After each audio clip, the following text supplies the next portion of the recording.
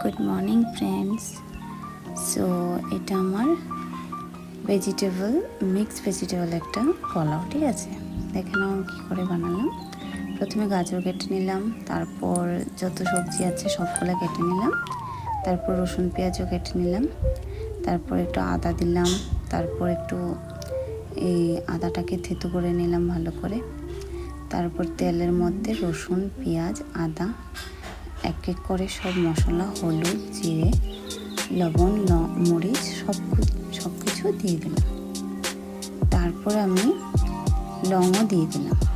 এখন ভালো করে নাড়াচাড়া করে সব সবজিগুলো দিয়ে দেবো। সবজিগুলোর মধ্যে তোমার যে কোনো সবজি দিতে পারো। আমি বিনস দিয়েছি, আলু দিয়েছি, গাজর দিয়েছি আর এমনিতে ঝোল দিয়েছি, ঠিক আছে।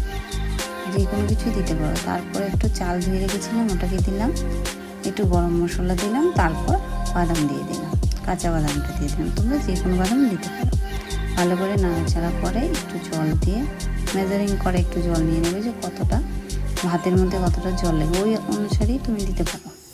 দিয়ে ভালো করে নাড়াচাড়া করে কুকারে ঢাকনাটা লাগিয়ে দেবো। তারপর সিটি দিয়ে দিলাম। সিটি দেওয়ার পরে দেখো বন্ধুরা কি সুন্দর করে কালারটা আসলো, একটা গন্ধ ছাড়ালো।